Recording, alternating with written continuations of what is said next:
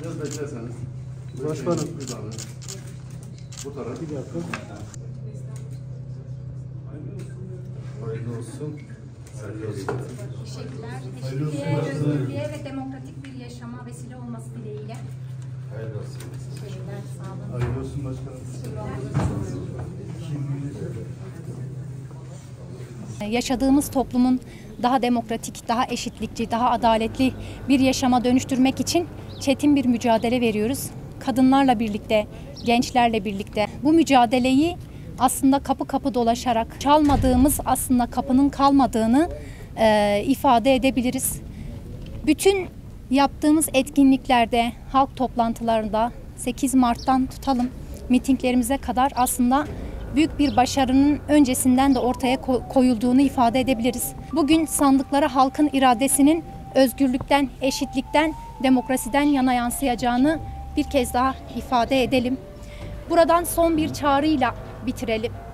Tüm halka, kadınlara, gençlere sesleniyoruz.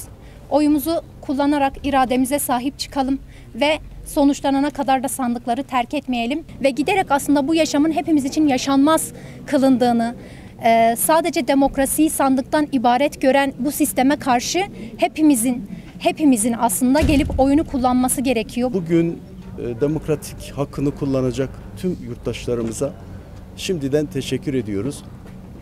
Biz inanıyoruz ki bu seçimde toplumsal barışın önü açılacak ve biz kentimize, eş başkanlarımız, belediye meclisimiz, bütün arkadaşlarımızla birlikte hayırlı hizmetler üreteceğiz.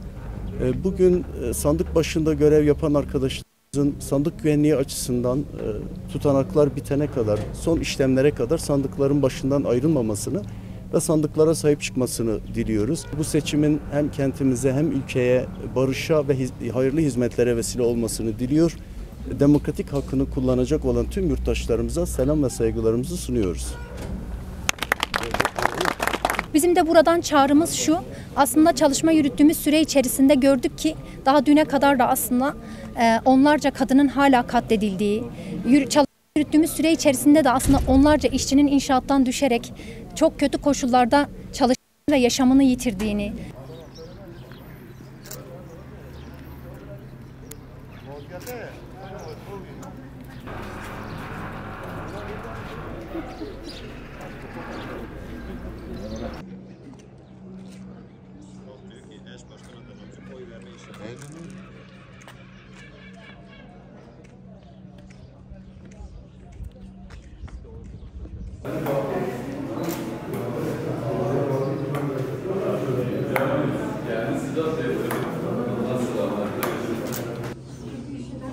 Kaç numarası?